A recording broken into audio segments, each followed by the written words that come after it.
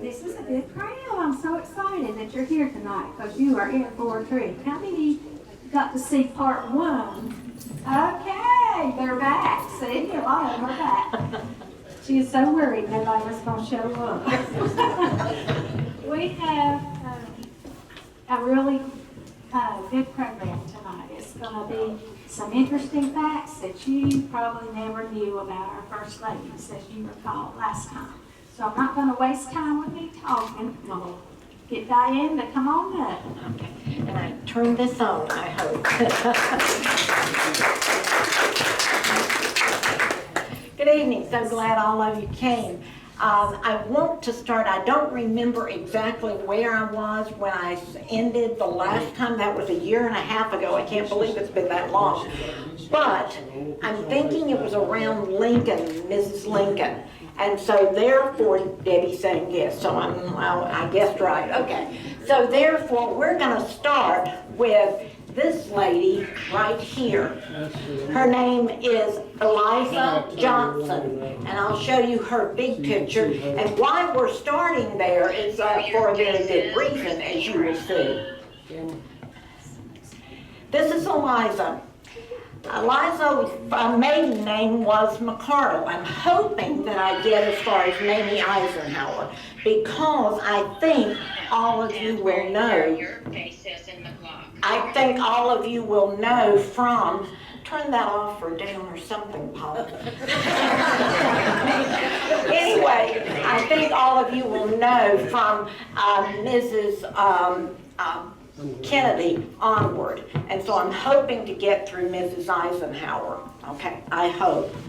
Anyway, Eliza Johnson was the wife of Andrew Johnson. Now, in order to appreciate her, we're going to have to start back with the life of Andrew Johnson. And I don't normally talk about presidents' lives, but keep in mind that Andrew Johnson was one of two presidents that we are honestly certain they were born in North Carolina. He was born in Raleigh. Now, for years, I taught school in Raleigh for 30 years, and for years I was told that there is no birthplace for Andrew Johnson in Raleigh. Well, I was doing research yesterday, and I ran across this picture, which I am going to pass around. Instead of giving it to Gary to put on this program, I decided I would just pass around the things that I found extra, and then you can see it. This is his house, and it's been moved 4 times since he was born. Okay? 4 times. And it is falling apart. And it's in Mordecai Park, which I've never heard of, and here I lived in Raleigh all those years. Now, they have also built a reproduction of it, which you may go in and look at the house that Andrew Johnson was born in. So I will pass this around so that you can see, and then take your time, and we're going to be doing that quite a few times. But how in the world did he meet this lady? She was from Tennessee. She was born and raised in Greenville, Tennessee. Greenville is very, very close to Johnson City, which is near the North Carolina state line. So, therefore, what happened? Mr. Johnson's father died when he was about 3, or maybe he wasn't even 3 years of age yet. His older sister, she was 6, had died, and that left him with his brother. His brother William was 3 years older than him, and that left the 2 of them with their mother. She will get married again, and then they need money. And so the new husband suggests, why don't we rent out the boys to a tailor? They said, we'll bound them out, which is renting them out, or let's make them slaves if you want to get down to the nitty-gritty of it. And they were given to a tailor, and the money was all given to his mother and her new husband. Now, there are two things that happened to Andrew Johnson that were very good. Number one, he learned to read. He had never been to school, so he learned to read so that he could find the the clothes that were being made for the customers, and he learned to count money, which again, he had never been able to do that before this. But the only problem is he did not learn to write very well. And so that was the shortcoming that he had. Well, we're going to find that he and his brother, William, are very upset with this tailor because the tailor beat them every day. And I don't mean just spanked, I mean beat. And when he had stayed there 10 years, finally, he and his brother, he was about 14 years of age by that time, he would have been about 15 years of age, and his brother will run away. Now, the tailor puts up want ads all over the place, offering rewards if people will find these two runaways and bring them back to the tailor. Well, Mr. Johnson will make it all the way. You're on the mic, so you're loud enough. You don't have to yell at them. I'm not yelling. Your mic is too loud. I'm sorry. Am I too loud? No. No. Oh, yes? Yes. No. What do I do? Just keep going. Just keep going. Just keep going. It's fine. What do I do? Keep going. Keep going. Keep going. Okay. Anyway, they will end up he will end up in Greenville. He will meet Eliza. Now, this is a picture of Eliza. Eliza will die when she's only 66 when she dies. And what has happened to Eliza is that she will get tuberculosis, and it will make you very thin and will make you very weak, and so that's why she looks the way she does. However, Eliza was a beautiful girl, and they got married the first year that they met. In fact, she was only 16 when she married Andrew Johnson. She is our youngest woman ever to get married and become First Lady of the United States. Does that make sense? Mm-hmm. She's 16, she's our youngest ever to get married at the age of 16 and become First Lady. Okay, they will have 5 children, and they live in a 2-room house in Greenville. 2-room house.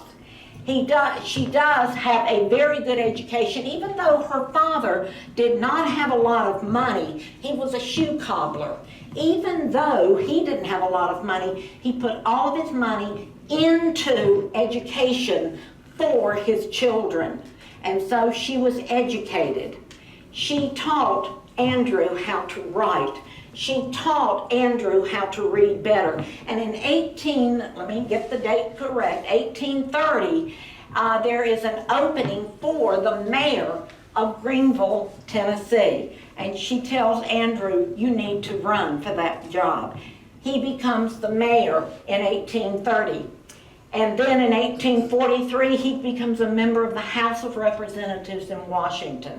And then in 1853, notice just 10 years, he becomes the governor of the state of Tennessee. And then in 1857, he becomes the senator from the state of Tennessee.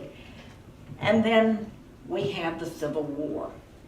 One thing about Andrew Johnson being brought up by the tailor and being beaten and being thought of as a slave, he did not like slavery. So when that occurred and Tennessee broke away from the Union and joined the Confederacy, he refused to go with Tennessee. He stayed in Washington as a senator from a state that no longer was part of the United States. And so he stayed in Washington. And then in 1859, he is chosen by Mr. Lincoln to be his vice president on the ticket in 1860. And that's how not 1860, 1864. And that's how Mr. Johnson becomes president in 1865 at the death of Abraham Lincoln. She will come to the White House and live in the White House, but she is very bad off with tuberculosis by that time, and it is her daughter Martha who will do all the things in the White House. She will die when she's 66, only 6 months after Andrew Johnson. Are there any questions that you might have about Eliza McCardle Johnson?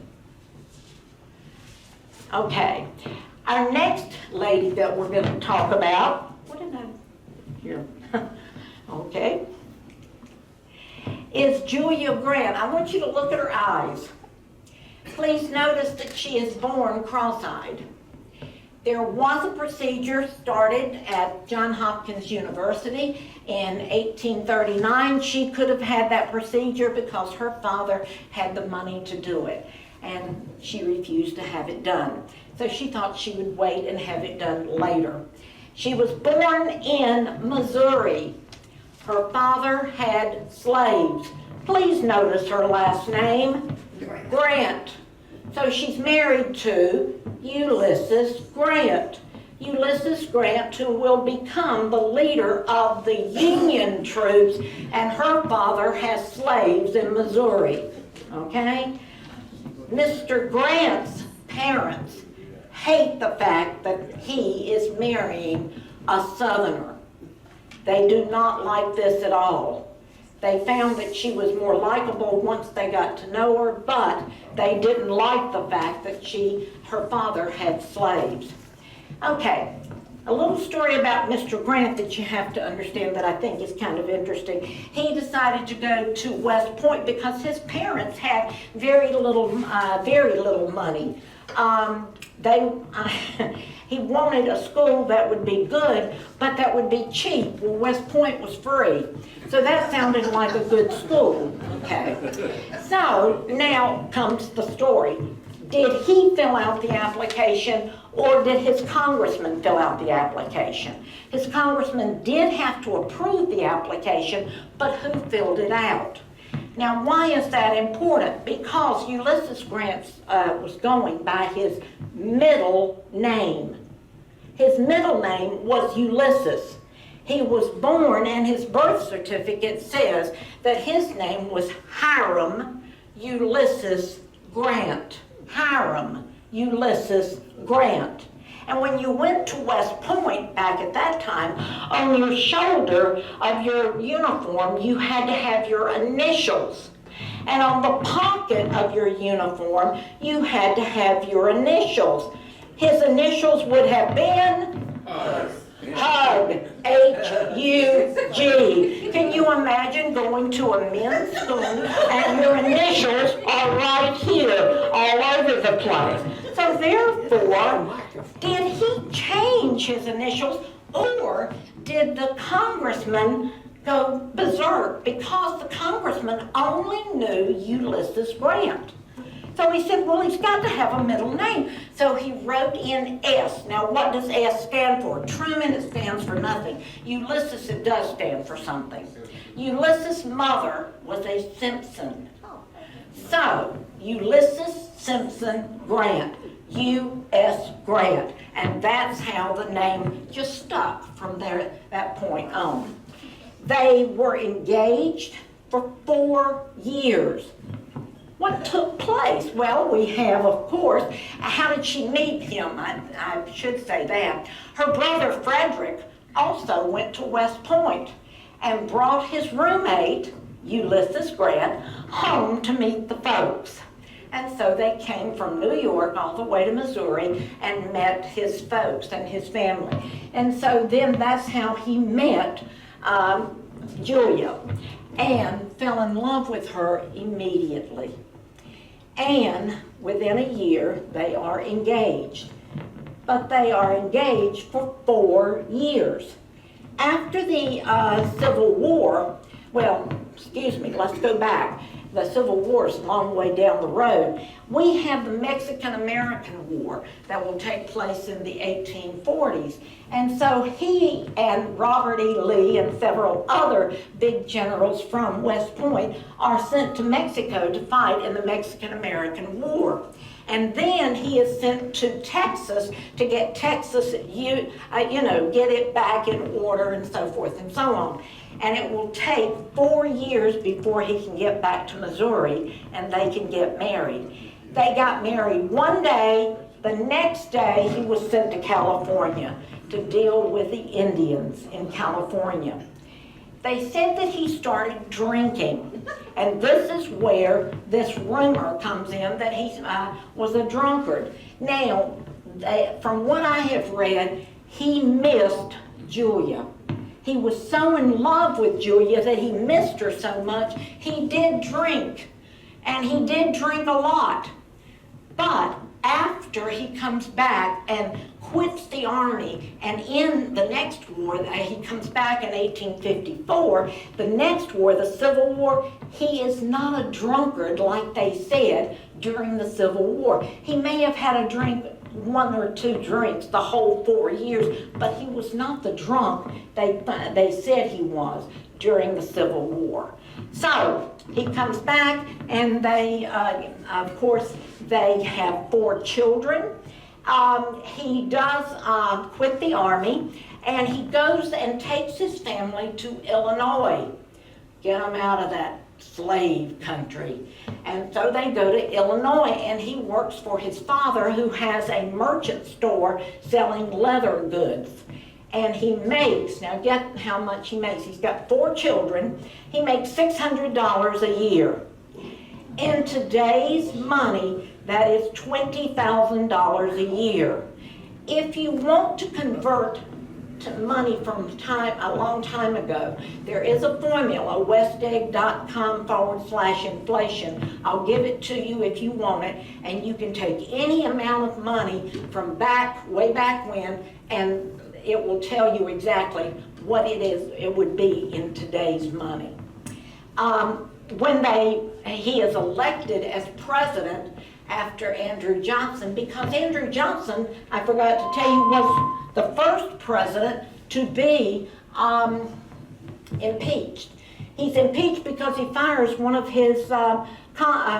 the people in his cabinet. Well, in 1926, the Supreme Court said presidents can fire people in their cabinets, but he was not taken out of office. He did leave office as he should have. But Mr. Grant will come next and is elected, and Julia Grant is a wonderful hostess, fantastic hostess. Every Tuesday afternoon she had a tea for all the ladies of Washington. There were 2 things you had to do to come to the tea. Wear a hat, and number 2, don't bring a gun. No guns were allowed in the White House, but you had to wear a hat in order to come to her tea. She wanted to have the surgery on her eyes, but I have to read something to you. Ulysses was against the surgery. Please bear with me, because I think this is one of the sweetest things I've ever heard. And I'm quoting, "Did I not see you and fall in love with you with those eyes? I like them just as they are. And now remember, you are not to interfere with them. They're mine. They belong to me.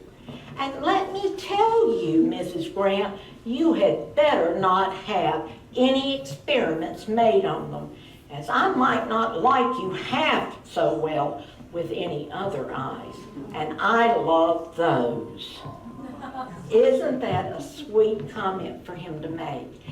Unfortunately, he will die of throat cancer, and right before he dies of throat cancer, he writes his memoirs, his autobiography.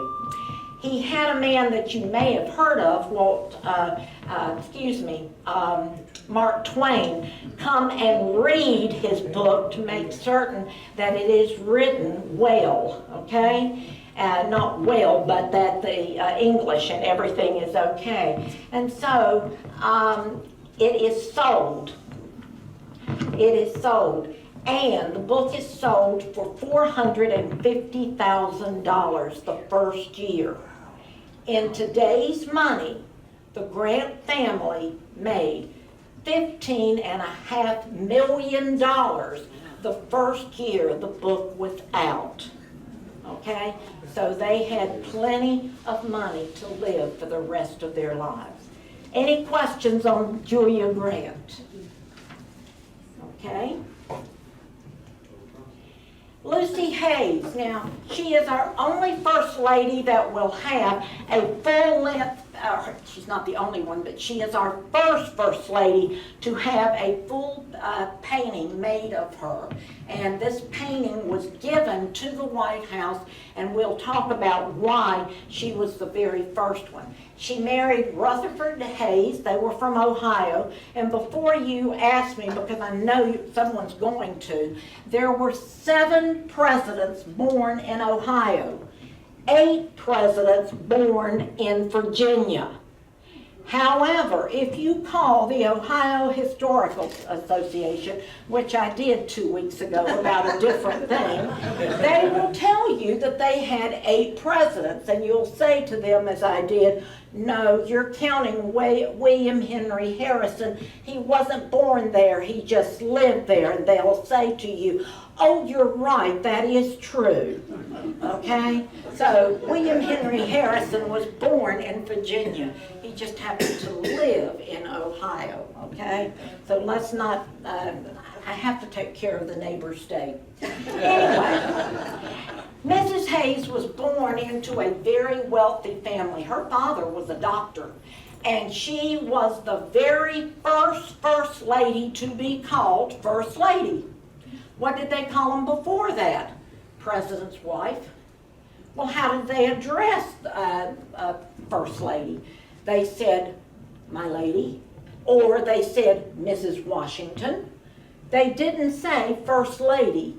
They just said, President's wife, lady. President's wife, Washington, excuse me. This is Martha Washington, okay? This is Adams here, Mrs. Adams. But anyway, they call them in that fashion. She's also the very first Lady to go and graduate from college. She went to Cincinnati Wellesley College, and she's our first college graduate. She hated alcohol, and it was not allowed to be served in the White House while she was First Lady. They came up with a nickname for her. They called her Lemonade Lucy. But they didn't say that to her face because they didn't want to insult her. So the Christian Women's Temperance Society will donate and have this picture made in 1881 and donate it to the White House in her honor because she never served alcohol while she was First Lady in the White House. They will have 8 children. 5 of them will live to adulthood. Now you'll see this happening over and over, where they will lose a lot of children. She loved pets. She's one of the few First Ladies who love the pets. And so we will find that she is the very first person in America to have a Siamese cat. The consul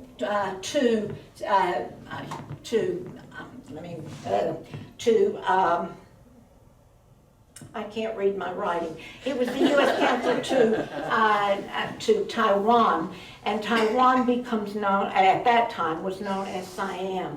And so he saw this cute little cat, and he said, the First Lady needs this cat.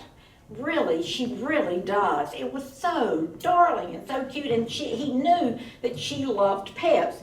So, keep in mind, from Thailand, or which is today, or Siam, that cat comes on a boat, which is about 6,000 to 8,000 miles across the Pacific. Then, I don't know whether or not they used the Transcontinental Railroad, which was available in 1869, this is 1871, but I doubt it because it was used for freight more than it was for passengers. So that's another 3,000 miles that cat has to come across in a wagon. It was, unfortunately, it was loved so dearly by everyone in the White House, especially when it came to Lucy. Only 4 months did it survive, and then it died.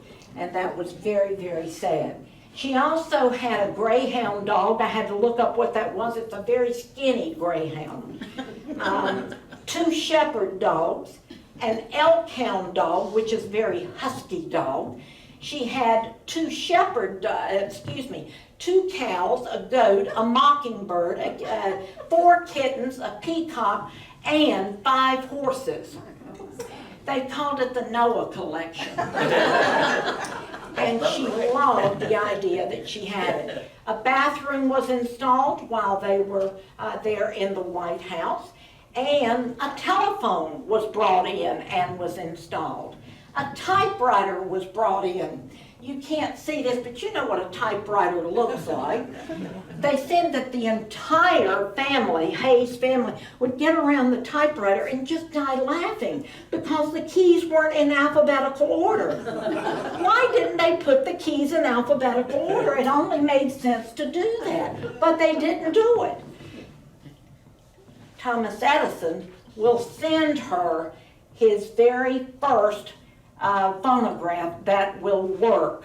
Please notice that it has the disc in the center, and it will also have a speaker here that will make the sound come out. I'll pass this around too. Thomas Edison is noted for having over 1,000 inventions. That's not true. This is the only thing he ever invented himself. All the other inventions were invented by people who worked for him and who signed contracts that everything they made would be put in the name of Thomas Edison. So this is the invention of Thomas Edison, and that is his phonograph.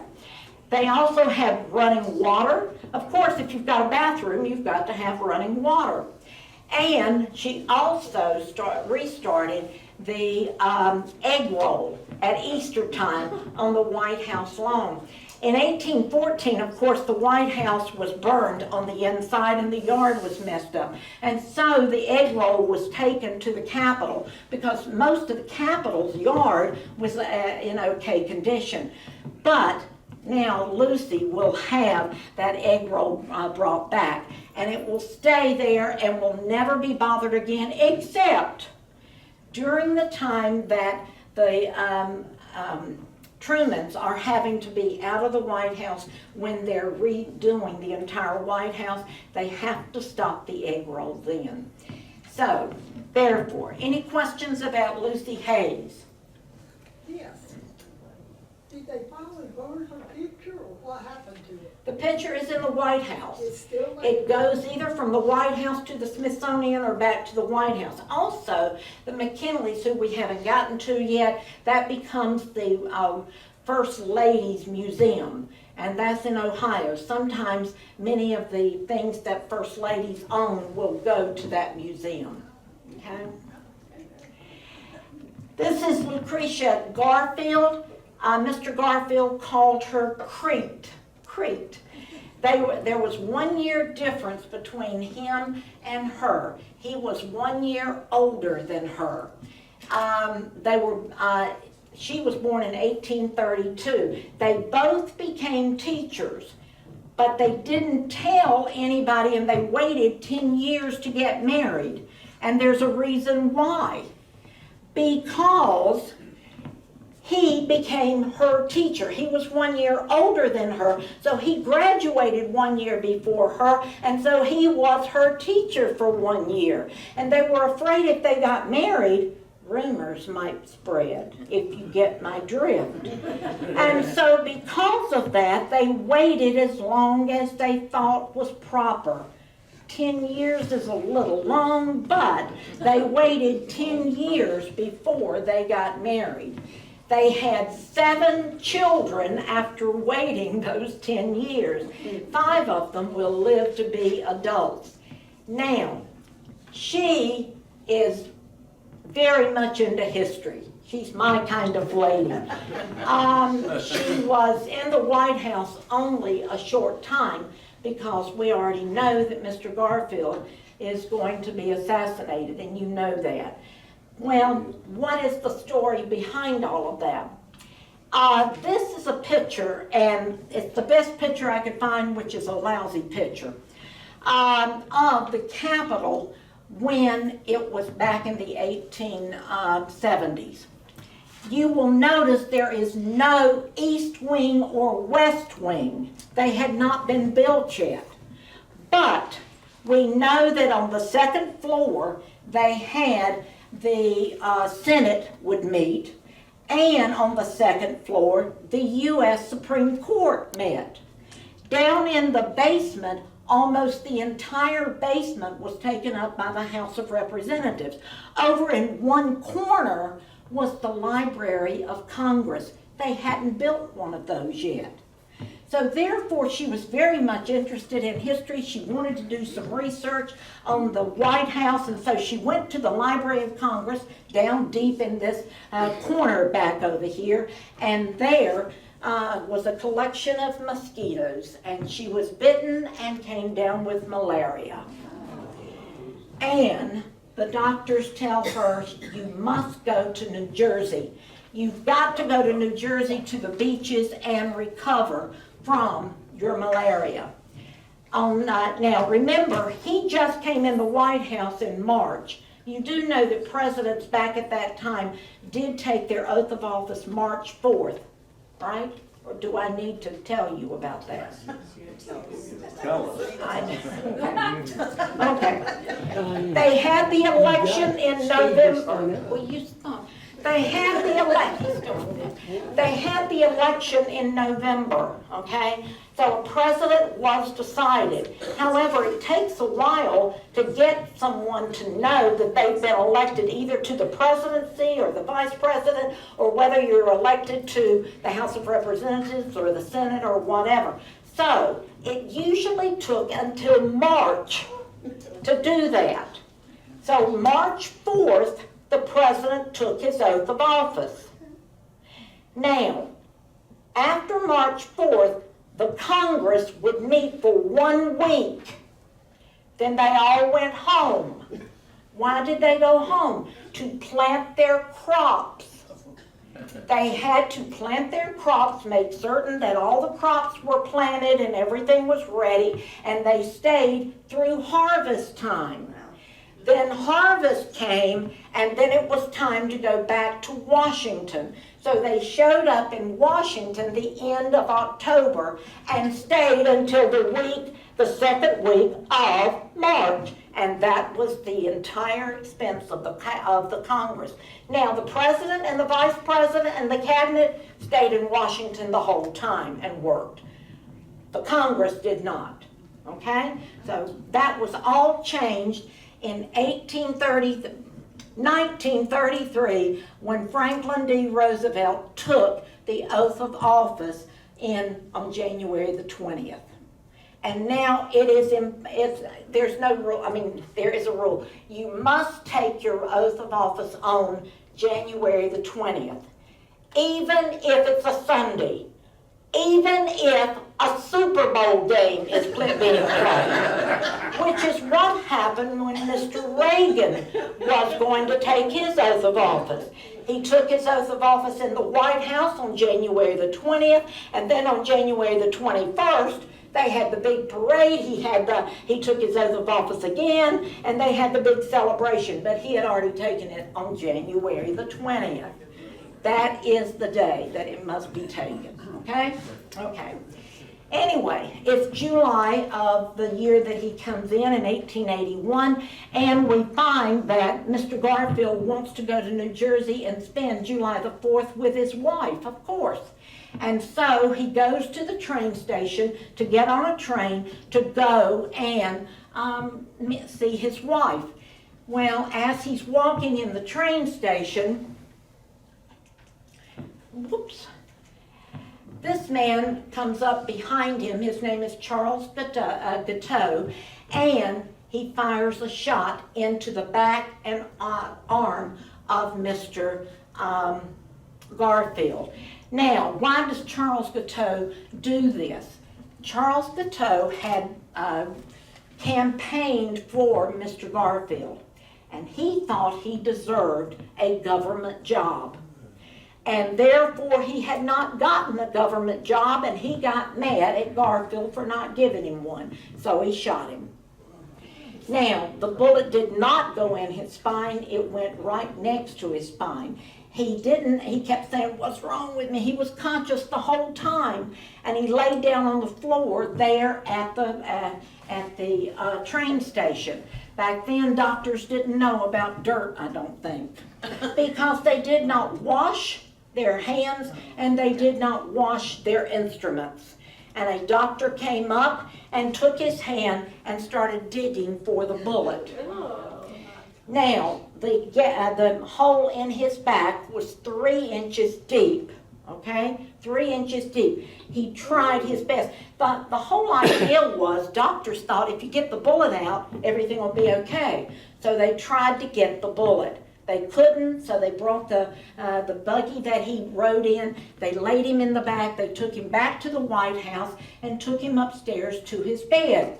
Alexander Graham Bell had invented a metal detector. And so he brought a metal detector to the White House to find the bullet. The mattress was made out of coils of metal. The coils of metal were the same metal that you use on a buggy so that you have a gentle ride. And so it was decided that if you put it in mattresses, they'll have a nice sleep. And so when the metal detector went over Mr. Garfield's back, they never found the bullet.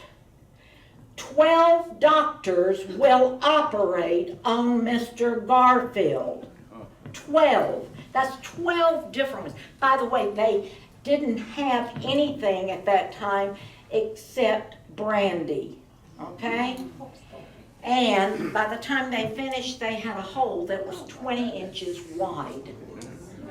They covered it over with some cloth, put him back. They built from the train station. They brought a rail and brought it to the door of the White House, brought a train, put him on the train, sent him to New Jersey, and there, 2.5 months later, he will die.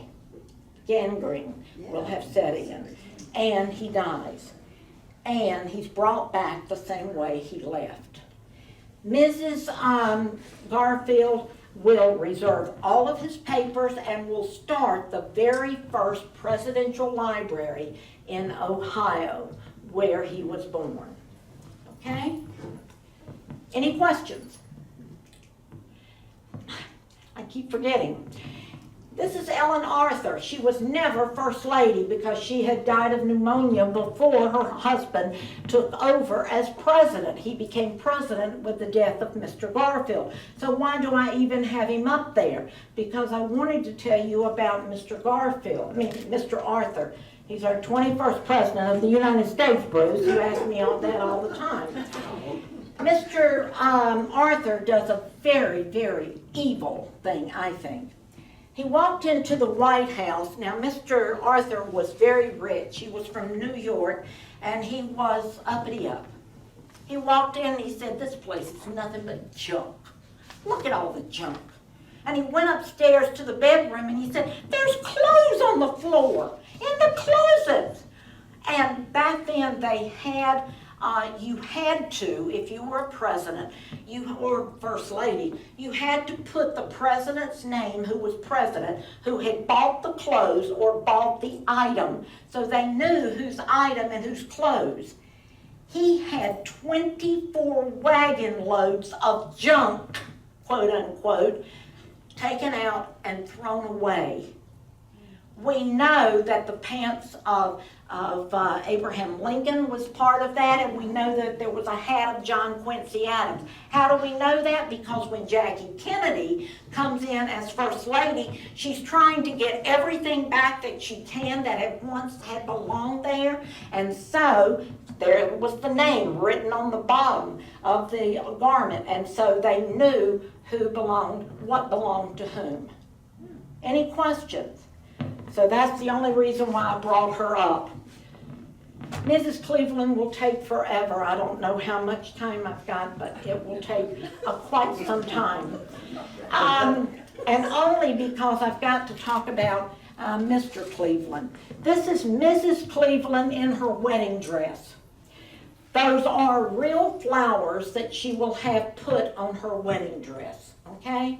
And she is the only person, and he is the only president to get married in the White House so far, okay?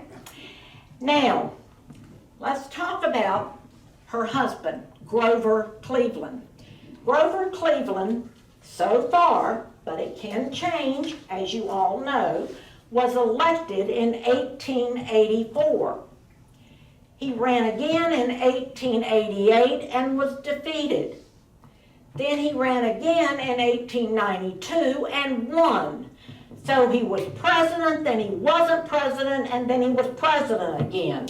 So in other words, we could have the same situation this time, maybe.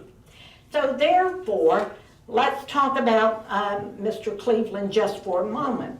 He was a lawyer. He was from Buffalo, New York, and his law partner was a man by the name of Oscar Folsom. Oscar Folsom. And Mr. Folsom and Mr. Cleveland and 4 other men had a girlfriend. Now, my minister's here, I'm sorry.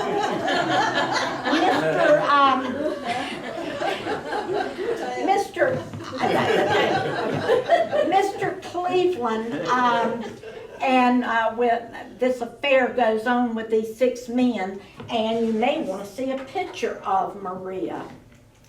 This is Maria Halpin. She is the one that has the affair with these 6 men. Surprised they had a picture of her with clothes on.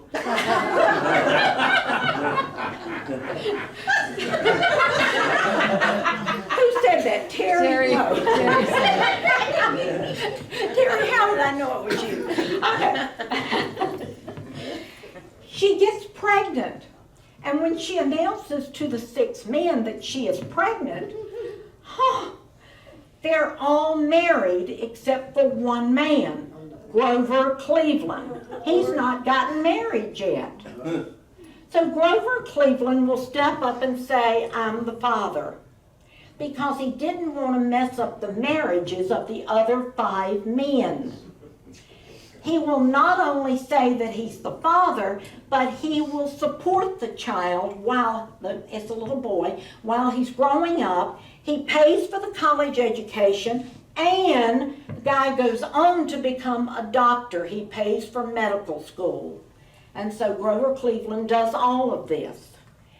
10 years earlier, Oscar Folsom, who was Mr. Cleveland's law partner, he and his wife Emma had a child. And Grover Cleveland had gone to see the child of Oscar Folsom.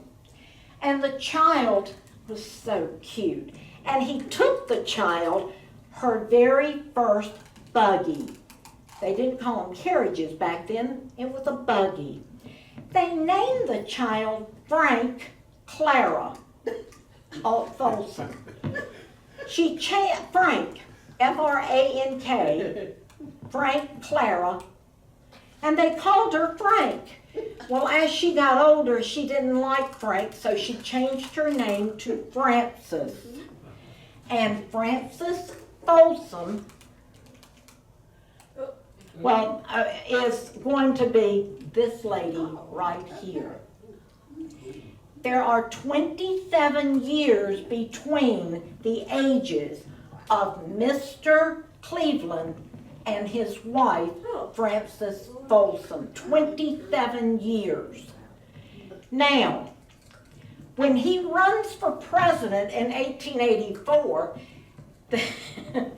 the Republicans will use this cartoon against him because it will have up at the top, "Ma, Ma, where's my pa?" And you'll see the little baby says, "I want my pa." And they're trying to indicate he has an illegitimate child. Well, when he wins the White House, the Democrats will use this, "Ma, Ma, where's my pa? He's in Washington, ha, ha, ha." Now, I have heard it said a different way. "Ma, Ma, where's my pa? Gone to the White House, ha, ha, ha." That's the way I've always heard it. But anyway, they use the same cartoon, and he goes to the White House. Now, the year after this scandal broke, unfortunately, Oscar Folsom dies. So that means Frances's father is dead. She's only 11 years old at this time. When they read the will, they find out that Grover Cleveland is the executor and was told to be the temporary guardian of not only Frances, but also his wife, and make certain that the wife and the daughter has all the food, the clothes, anything, a good education. While she goes off to school, he writes to her, he visits her, they visit each other. She comes to visit him without going to see Mama. And they write each other. This is, constantly. And they really had a very, very good friendship. And then, all of a sudden, Frances Folsom, there was an indication that it was more than just friendship, because he asked Frances to marry him. And this is a this is a painting of their wedding, supposed to have been done in the Blue Room. That is the same wedding dress that you see here with the flowers, but please notice that you can see that she has a bustle on the back and a very, very long train, okay? That was, of the day, that's the way you did things. She will have the train removed and the bustle removed. She has the flowers taken off because after a while they'll die and leave stains. The top and the bottom are already separated, but people didn't know it because she wore a sash around her waist. Now, why would she do that? Therefore, she could wear the top with a different skirt and the skirt with a different top. She did that with all of her clothes. This is another example. It doesn't look like there's very much of this orangey looking color, but if you were to see it in person, you would see lots of that, and it does blend together. And notice this, the dress has the sash, and she was a trendsetter. She was 21 years of age when she became First Lady. She is the youngest First Lady we have ever had in the White House. And some of you are saying, no, no, no, Jackie Kennedy was younger. Jackie Kennedy was 32. Frances Folsom, who became Frances Cleveland, is 21 when she becomes First Lady, okay? She has no children during his first administration, okay? She is a trendsetter, and she got in trouble for this. She's letting her shoulders be seen. This is Victorian time period. Victorian time period, you don't let your shoulders be seen, and she did. Also, she started another trend. She moved the bun on her hair. The bun was supposed to have been down right behind the ears, but she said it would get in the way of her collars, and if she had a coat with a big collar, it got in the way, so she moved it to the top of her head, and that also set a trend that is still used, you'll see even today. So she was a trendsetter. She will have 5 children for Mr. Cleveland. The very first one is, well, the first three are all girls, and then she has 2 boys. She will have her first child in 1891. That is during the time period when he's not president. They are over near Princeton University. And she will have a little girl by the name of Ruth. Ruth, unfortunately, in 1904, will get diphtheria and will die. She will die when she's 12 years old, and this is very, very sad for the Clevelands.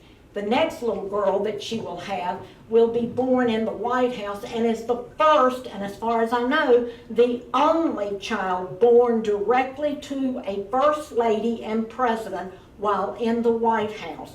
Her name is Esther Cleveland. And that was in, Esther was born in 1893. And that was during that second term. Now, let's get back to Ruth for a minute, because in the 1920s, there was a candy company by the name of Curtis Candy Company. They had come out with a candy bar that they thought everybody would just love. And during this time period, there also happened to be a man that they thought that they should honor. His name was George Herman Ruth. Everybody called him Babe Ruth. Well, so they would name the candy bar Baby Ruth. But their lawyers tell them if you do that, you've got to pay royalties to Mr. Ruth, because you're using his name and you've got to get permission. It's got to be written out, and then he gets royalties off the candy bar. So somebody in the candy company says, let's do this. Baby Ruth Cleveland died, and shouldn't we honor her? Now folks, she died when she was 12, 17 years before. But someone says, let's honor and let's call it Baby Ruth in her honor. Therefore, doing it that way, they don't have to pay the Clevelands a dime. And the Baby Ruth candy bar became popular. And when you eat your next one, you can think of Baby Ruth. Any questions about Francis Cleveland? Yes, sir. Did they ever determine the true paternity of the doctor? Of the boy, no. Later on, when Mr. Harding, if we can get to Mr. Harding and his 5 mistresses, there is a little girl that they will finally come out with who is the father, but that was in 2015. As far as I know, they have not traced anyone from the little boy. And did he get married? Did he have children? Could they trace it back? And they have not done any of that so far. Not as far as I know. Now, Harding's illegitimate child, they have traced, okay? But we haven't gotten to Harding yet. Okay. Yeah. Any other questions? Okay. Then, Caroline Harrison. Caroline Harrison, all right, brought all the pictures of the presidents so you could see what the presidents looked like, and I forgot to show them to you. Well, I do want to show you one picture. Caroline Harrison's husband was the one who became president between the 2 terms of Mr. Cleveland. Benjamin Harrison was his name. He was born in Ohio. His grandfather was William Henry Harrison, born in Virginia but lived in Ohio. They are the only grandfather-grandson combination that we have had so far in the White House. We've had 2 sets of father and sons, but we've had only 1 set of grandfather-grandson, okay? So, therefore, we will find that when the Harrisons are brought into the White House, it's kind of interesting. Caroline's, you'll like this. I think you already know this because I think I had to ask you this once before, and I'm talking to my minister back there. She was born in 1832. Her father was a Presbyterian minister. Her great-grandfather was John Witherspoon. Now, we think he was one of the founders of the Presbyterian Church in America, and was one of the founders of the College of New Jersey, which is now called Princeton University. Wow. So he was the founder, we think, of both of those. Benjamin Harrison was actually a student of her father because he not only preached, but he didn't make enough money preaching. And so he also taught at one of the colleges there in Ohio called Farmers College, and to make extra money.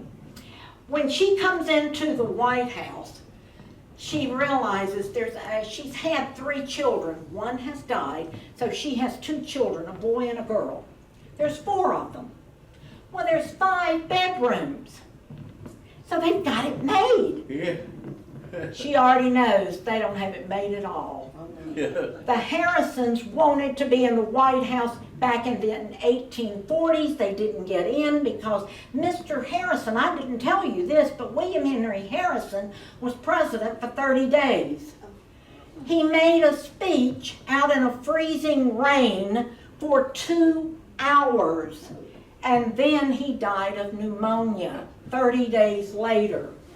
So therefore, the Harrison family, even Mrs. Harrison, did not get to the White House or Washington. So Caroline knows she's going to be inundated not only by her family, but by the Harrison family. She's right. The fewest number of people that ever stayed a night in the White House while he was president was 12 people. They had 5 bedrooms and 1 bathroom.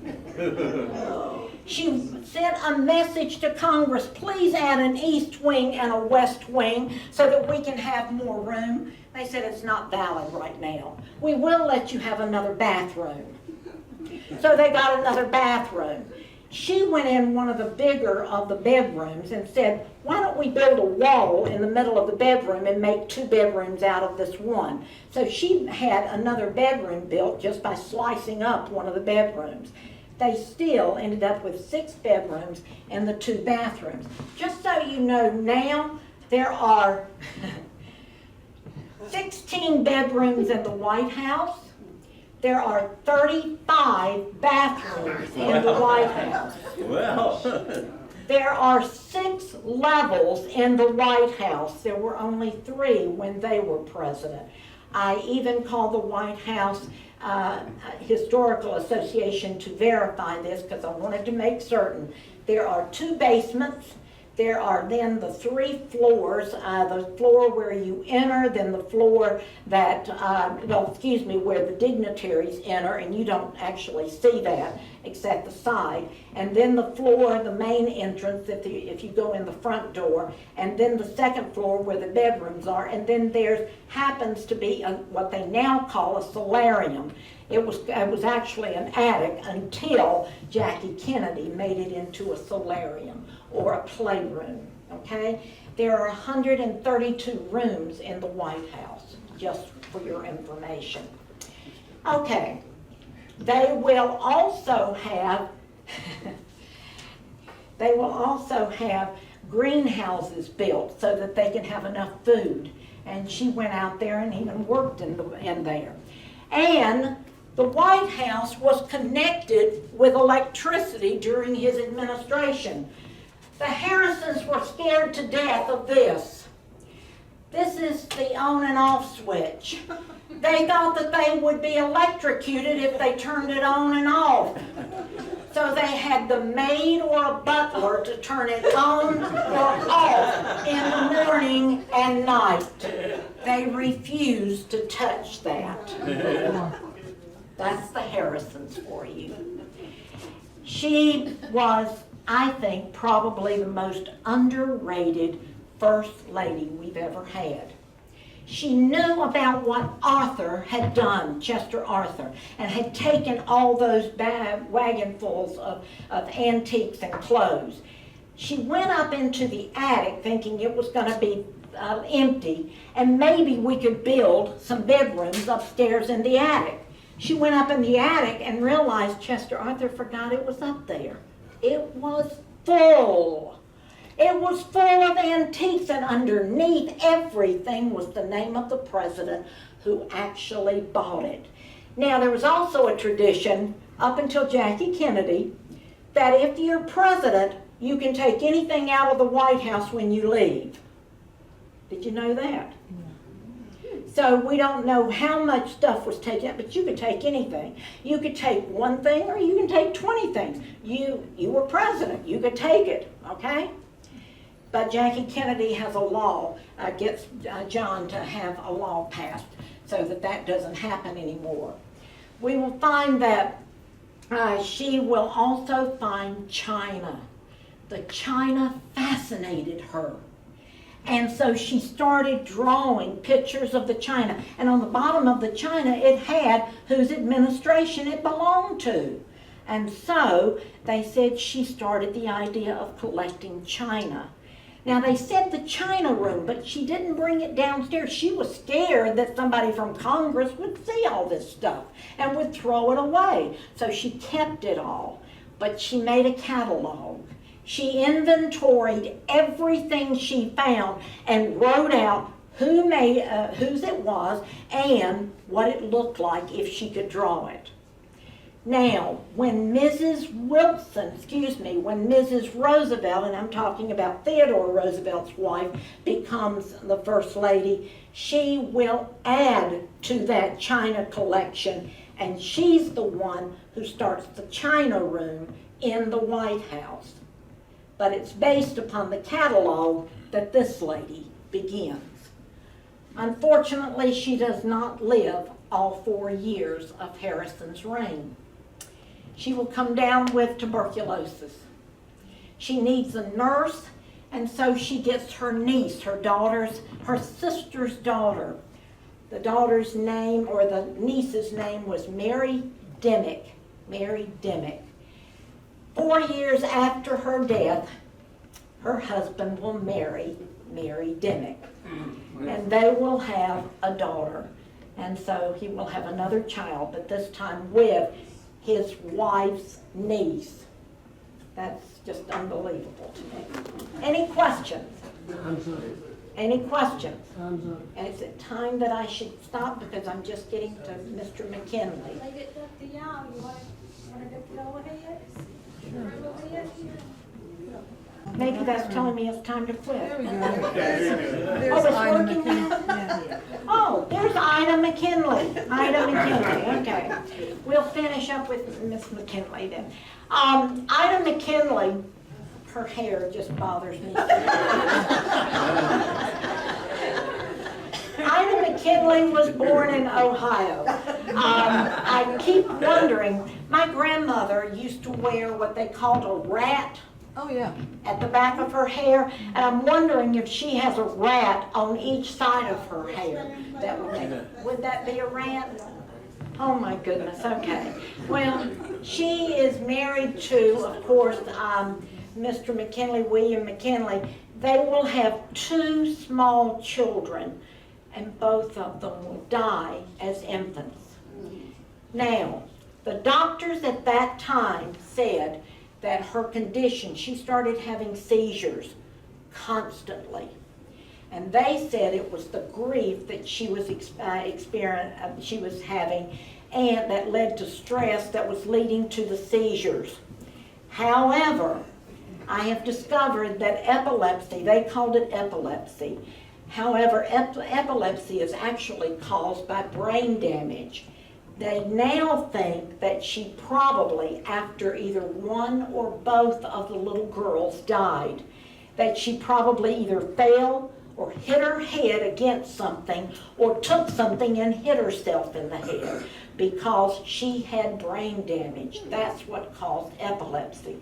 She had very, very, very bad epilepsy. She was not supposed to sit beside her husband at a formal dinner. That is not done. You sit one place and he sits another place so you can mingle with the guests. She had to sit beside her husband because if she started having a seizure, he would take his handkerchief out, put it over her face so no one could see her having the seizure. That's how bad it was. They also put her on strong barbiturates. They also got a wheelchair, and she went around in a wheelchair. Her head was constantly down like that, and so because her head was down a lot, she started knitting, and she knitted 3,500 pairs of slippers that she gave to charity. They had to put in an elevator in the White House for her.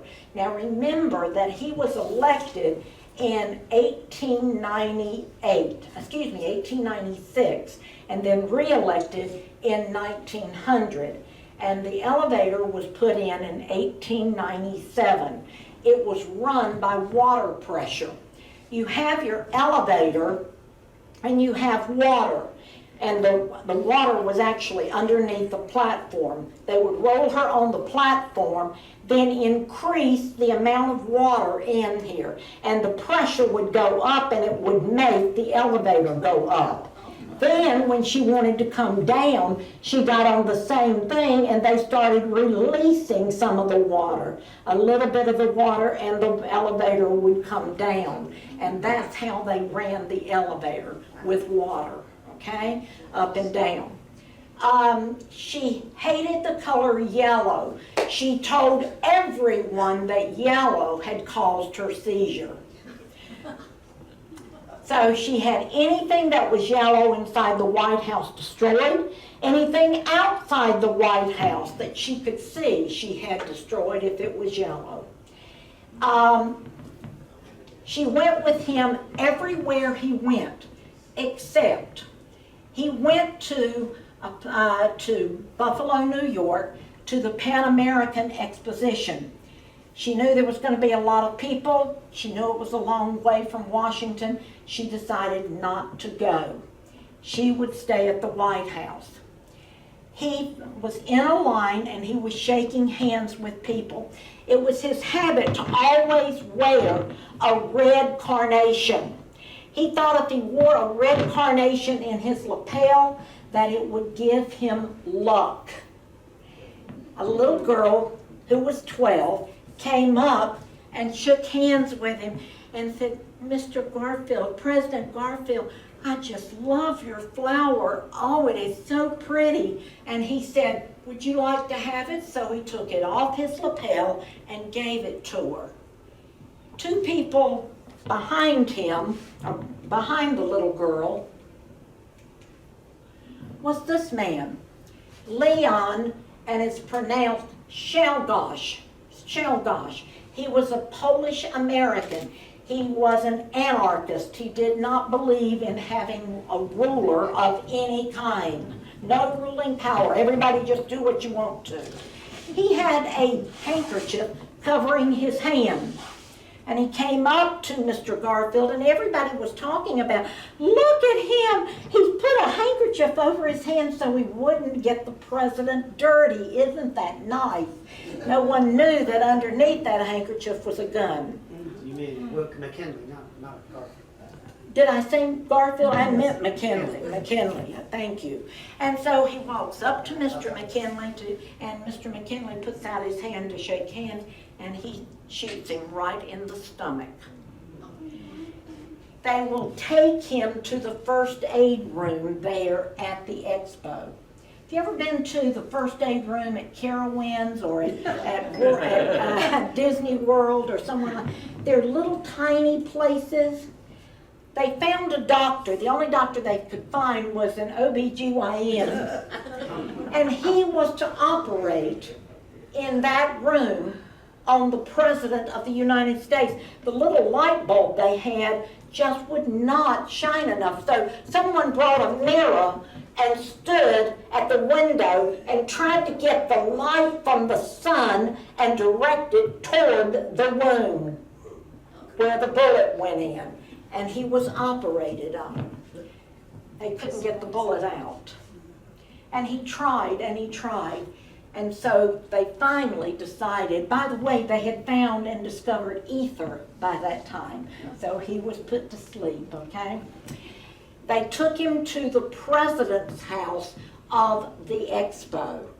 And that's where he stayed for 8 days. And he died 8 days later. During that 8 days, the last thing he said was, and let me quote him so that you will know, "My wife, be careful how you tell her. Oh, be very careful." They told his wife, and she got on the first train and went to Buffalo and was with him when he died. She will live 6 more years, and she has him buried in Ohio, and she will visit his grave every single day for the rest of her life for 6 years. Any questions about the McKinleys or this man? Do we have time to do Roosevelt? No? Yeah, I'll leave it up to y'all. yeah. Whatever y'all want. Y'all tired? It is Yeah. 8:15. Will you come back a third time? What? Will you come back a third time? I don't know. Yeah, I just Yes, don't you know. will.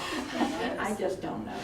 But I've been up here 15 minutes longer than I should. I'm sorry. Oh, it was great.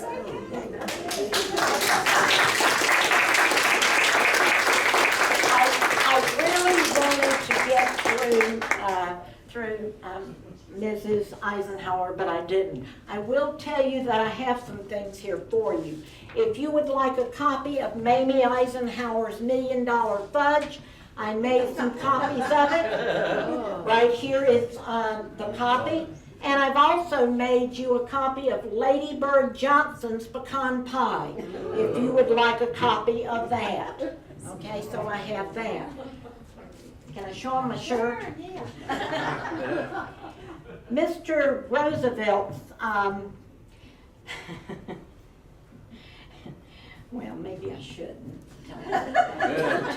If I do come back, maybe I should just wait. Wait on that. Come I don't know. I don't know if I will or not. I think, you know. Do you want to say something? Still got your microphone on. Yes, I know. I said Roosevelt and I meant Wilson. Mr. Wilson will have a massive stroke in 1919. And for 2 years, he will lay in a bed. And the only one that will get to see him is his wife, his second wife, which there's a story about that. But anyway, and his doctor, that's it. And anything that got to him went through his wife, Edith. She was born in Virginia, Whiteville, Virginia, if you want to go up that way. I will tell you that, I'm only going to get to show that, but anyway, that's okay. She made the comment about what was used, and let me read this.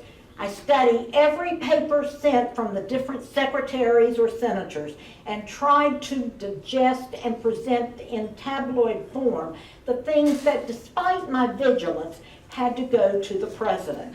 I myself never made a single decision regarding the disposition of public affairs. The only decision that was mine was what was important and what was not. And the very important decision of when to present these matters to my husband. I visited her birthplace and they had this shirt and I could not resist. I started to wear it, but then you might think that I was prejudiced for somebody else that's running for president now, so I didn't. Anyway, the shirt says, "Could a woman really run this country?" Yes, she can. She already has. This is Edith Wilson. This is Edith Wilson.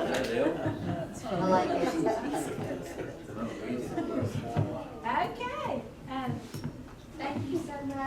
more than We welcome. love. You're more than Did you welcome. not just love that? I was sleeping so I'm sorry I kept you so long. Oh,